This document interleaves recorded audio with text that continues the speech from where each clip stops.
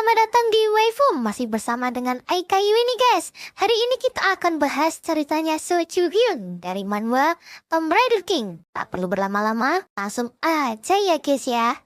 Setelah mendapatkan Ilya di timnya, mereka semua berpesta. Ilya kemudian menerima kontrak yang tidak masuk akal dari Jong-hyun seperti semua orang. Ilya sempat ragu, tapi setelah mengetahui kalau semua orang di sana itu mendapat kontrak yang sama, Ilya pun langsung setuju. Di tempat lain, kita tuh diperlihatkan sebuah kota bawah air. Di sana ternyata ada Prometheus yang tengah memanggil para relik terkuat. Dua relik yang muncul adalah seekor singa dan satu lagi adalah Phoenix. Mereka membicarakan tentang makam raja. Makam raja relik di mana seorang manusia itu akan ditunjuk sebagai seorang raja dan disebut sebagai majestic. Relik terkuat yang ada di ruangan ini berhak untuk memilih kandidat mereka. Nah, Prometheus menyarankan agar pemilihan kandidat ini ditunda karena dunia para relik itu tengah dalam bahaya. Ancaman utama dari dunia relik yang dimaksud Prometheus itu tentu saja adalah So Jong-hyun. Keesokan harinya, Ilya langsung mendapat tugas pertamanya. Dia harus memanipulasi ingatan Joshua. Dia harus memberi ingatan Joshua bahwa Jong-hyun itu adalah bosnya, agar Raja Takdir ini mudah untuk dikendalikan. Jong-hyun tidak sabar dengan apa yang akan dia saksikan ketika Ilya selesai mengobok-obok ingatan dari Joshua. Ilya yang memang mahir dalam cuci otak dengan mudah mengubah ingatan dari Joshua. Semua orang tentu saja merasa aneh, tapi mereka jelas untung besar Joshua berpihak pada Jong-hyun. Jong-hyun kemudian menanyakan tentang kapan makam utama akan terbuka lagi. Suatu hal mengejutkan dikatakan oleh Joshua, makam utama itu ternyata tidak akan terbuka lagi. Mereka malah akan dihadapkan dengan makam baru bernama makam raja yang ditempati oleh para heirloom. Makam ini merupakan makam para heirloom untuk memilih kandidat mereka dalam memilih kursi Raja Relik Majestic. Dari semua heirloom yang ada, heirloom yang paling berharga berwujud gagap. Jong-hyun yang mendengar hal ini tentu saja harus mengunjungi makam tersebut sesegera mungkin. Jadi dia itu langsung menunggu di Korea. Untuk mengelabui musuh, Jong-hyun mengeluarkan berbagai macam ramalan palsu untuk menjauhkan saingannya dari makam raja yang akan segera muncul.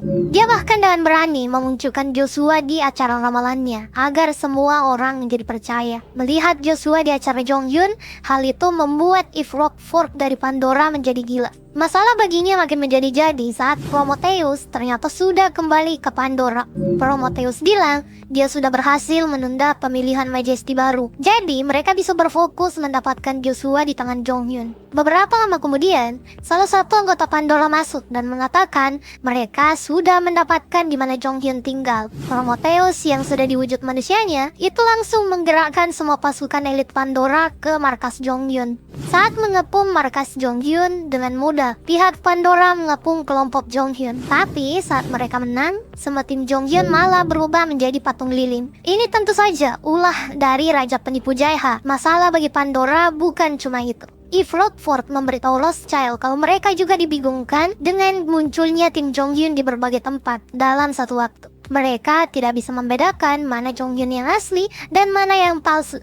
Pandora tentu saja kewalahan, tapi mereka itu juga tidak bisa apa-apa. Saat menghubungi tim penggali lain, semuanya disibukkan dengan rumor makam yang akan muncul dari acara Jong-hyun. Hal ini juga berlaku bagi TKBM, di mana bos mereka Kwok Taek-jun belum pulih meskipun Raja Medis itu sudah merawatnya. Semua hal yang terjadi ini itu membuat Eve menjadi gila. Untuk tim Jong-hyun yang asli, mereka ternyata berada di tengah lautan. Dengan mengendarai kuda iblis dari Ilya, mereka menuju Korea. Kendaraan ini itu lebih baik daripada jet pribadi. Saat sampai di Korea, mereka semua mulai beristirahat. Tidak banyak hal yang harus mereka lakukan. Makanya semua orang bisa berpesta sekarang. Dan bahkan membawa banyak daging untuk mereka nikmati. Setelah semua pesta berakhir, Jong-hyun mengatakan terima kasih pada Dan yang telah mengirimkan daging. Dan tentu saja senang. Dia juga mengatakan kalau perkembangannya dalam menggunakan relik sudah berkembang pesat. Jong-hyun langsung ingin pembuktian atas kata-kata tersebut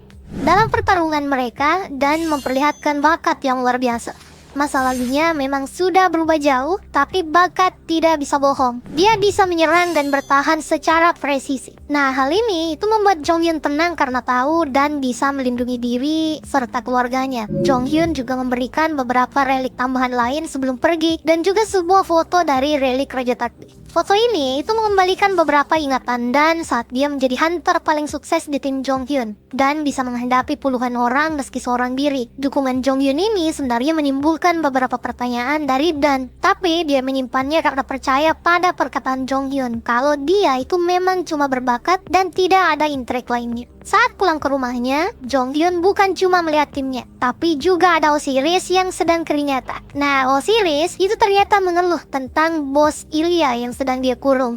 Wook Hyun-soo ini ternyata pria gigih yang bisa melawan meski dia sedang kesulitan. Hal ini membuat Osiris seperti sudah memakan hal buruk. Makanya dia menyuruh Jonghyun memindahkan Pak Tua tadi dari perutnya. Sayangnya, hal itu tidak bisa dilakukan. Osiris harus bersabar. Jonghyun janji kalau Yoo Jae-ha akan terus merestorasinya tiap hari hingga dia tidak merasa sakit. Setelah itu, Jonghyun menyuruh semua orang bersiap untuk makam raja yang akan muncul.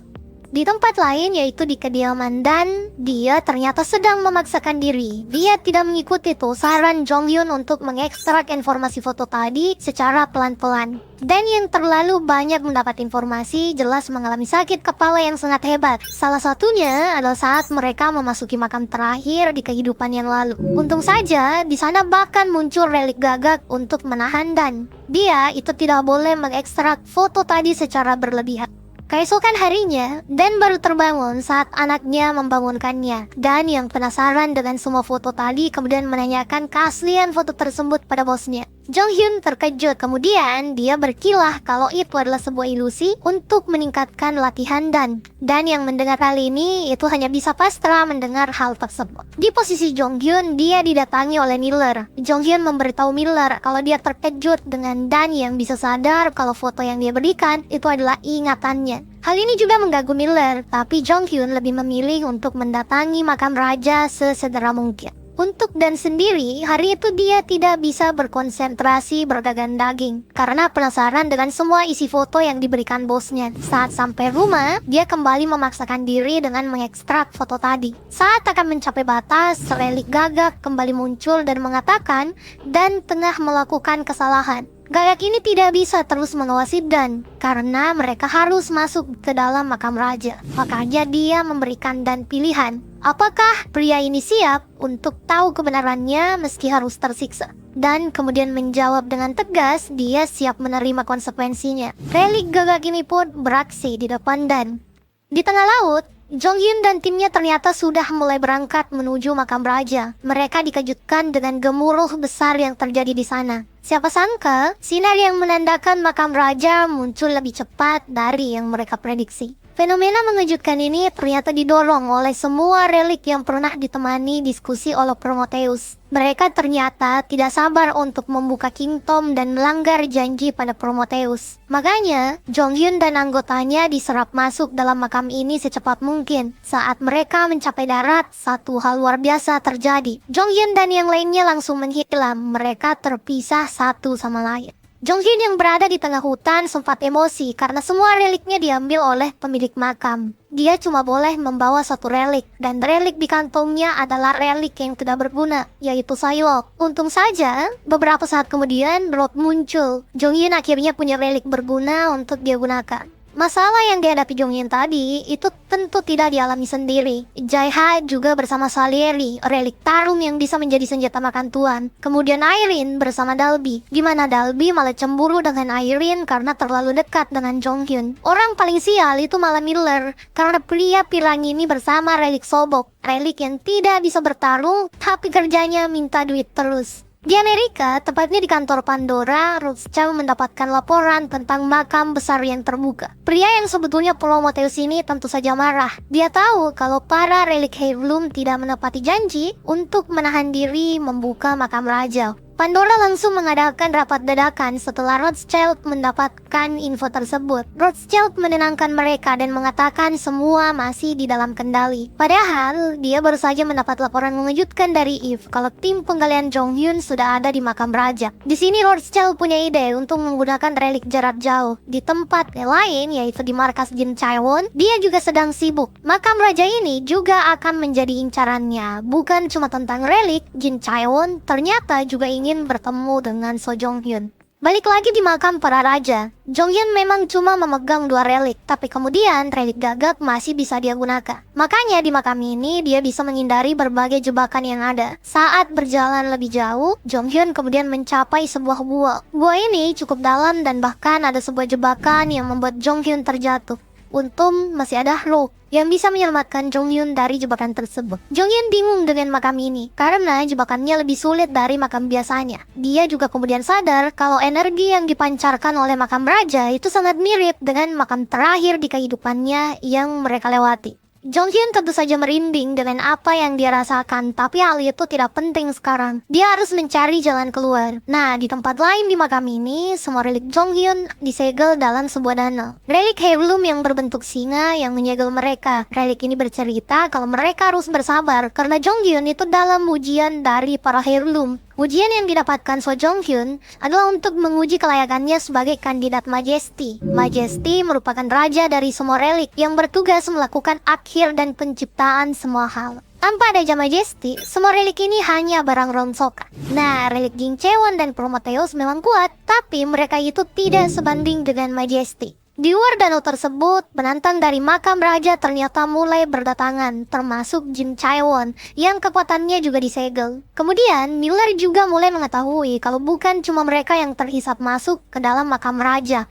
Anak buah Jin Chaewon juga ikutan. Hal ini menjadi gawat karena mereka tentu harus bertaruh. Makanya, untuk pertama kali, mas-mas penuh keadilan ini berencana merebut relik milik lawannya untuk menjaga diri. Di tempat lain, hal heboh juga terjadi. Irene terus memancarkan dominasi pada Dalby yang tidak ingin bekerja sama. Hal ini ternyata disaksikan oleh salah satu relik heirloom yang memiliki bentuk rubah. Setelah konflik Irene dan Dalby berakhir, akhirnya Dalby bisa menyerah. Di sini, relik heirloom rubah itu mendatangi Irene. Dia ternyata adalah junior Dalby. Melihat seniornya bisa ditundukkan, relik heirloom ini ternyata tertarik dengan Irene. Dia adalah relik Thousand Year Old Nine Pilot Fox. Relik ini itu menjelaskan ketertarikannya untuk membuat kontrak dengan Irene. Irene tentu saja setuju karena dia ingat kalau mereka masuk ke dalam makam raja untuk mencari relik heirloom. Kontrak keduanya pun mulai dibentuk. Dari Irene kita ke Jonghyun kembali. Dia memasuki interior gua lebih dalam. Di depannya muncul satu lagi relik heirloom yang sekarang berbentuk kadal raksasa. Dia ingin kontrak dengan Jonghyun, tapi dia malah ditolak. Jonghyun ingin kontrak dengan relik lain. Hal ini membuat si kadal raksasa tadi mengamuk. Meski serangannya sempat ditahan oleh Rook, dia masih bisa bergerak dan sekarang dia akan menyerang Jonghyun lebih serius. Saat menerima serangan si kadal raksasa, Jonghyun kemudian masih bisa bertahan. Relik gagak tiba-tiba muncul dan melawan kadal raksasa tadi. Di sini pertarungan mereka cukup sengit. Jonghyun pun kabur bersama Rook. Saat berlari, relik gagak banyak membantu Jonghyun untuk memperlihatkan jalan. Di tiap persimpangan, Jonghyun diberi petunjuk hingga di depan sebuah gua. Relik gagak itu menyuruh Jonghyun masuk ke dalam sebuah gua gelap. Nah, Jonghyun menolak karena dari sana itu terpancar aura makam terakhir di kehidupannya yang lalu. Jonghyun berusaha kabur karena masih trauma. Tapi relik gagak menghancurkan semua jalan dan memaksa Jonghyun mengambil rute tersebut. Di luar goa, Jaeha dan Ilya terus bertarung hingga mereka mendapati jalan masuk ke sebuah gua. Jaeha ternyata pernah dipilih oleh salah satu heirloom di kehidupan sebelumnya. Makanya dia yakin mereka harus masuk ke dalam gua tersebut karena Jaeha itu merasakan aura yang familiar. Namun sebelum masuk, mereka malah ditemukan oleh Jin Chaewon. Jin Chaewon menawarkan kerjasama, tapi Jaeha tentu saja tidak ingin hal itu terjadi. Dia saat ini memerintahkan Salieri untuk menyerang Jin Chaewon. Saat ini, pertarungan antar dua raja pun dimulai. Raja penipu Jaeha melawan Raja kerakusan Jin Chaewon. Apa yang dilakukan Jin Chaewon di sana ya? Dan apakah Jaeha juga bisa mengalahkan wanita terkuat di benua Asia tersebut? Sepertinya kita harus bersabar dan menantikan video selanjutnya. Nah, terima kasih buat yang sudah nonton. Jangan lupa like, share, dan subscribe channel ini. Berikan komentar baik kamu di kolom komentar.